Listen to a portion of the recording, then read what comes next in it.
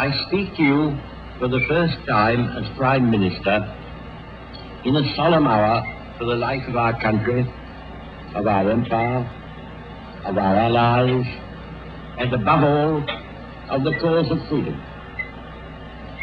A tremendous battle is raging in France and Flanders. The Germans, by a remarkable combination of air bombing and heavily armored tanks, have broken through the French defenses north of the Maginot Line, and strong columns of their armored vehicles are ravaging the open country, which for the first day or two was without defenders. For myself, I have invincible confidence in the French army and its leaders. Only a very small part of that splendid army has yet been heavily engaged, and only a very small part of France has yet been invaded. There is good evidence to show that practically the whole of the specialized and mechanized forces of the enemy have been already thrown into the battle, and we know that very heavy losses have been inflicted upon them. No officer or man, no brigade or division which battles at close quarters with the enemy, wherever encountered, can fail to make a worthy contribution to the general result.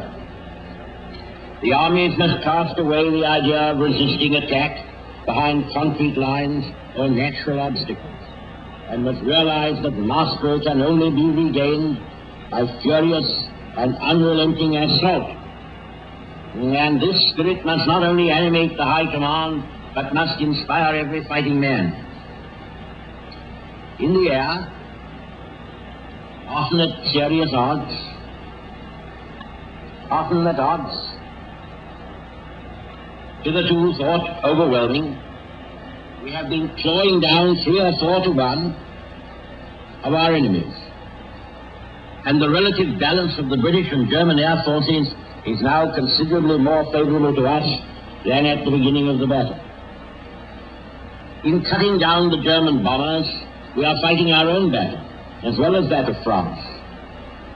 My confidence in our ability to fight it out to the finish with the German Air Force has been strengthened by the fierce encounters which have taken place and are taking place. At the same time, our heavy bombers are striking nightly at the taproot of German mechanized power, and have already inflicted serious damage upon the oil refineries on which the Nazi effort to dominate the world directly depends. We must expect that as soon as stability is reached on the Western Front, the bulk of that hideous apparatus of aggression which dashed Holland into ruin and slavery in a few days will be turned upon us.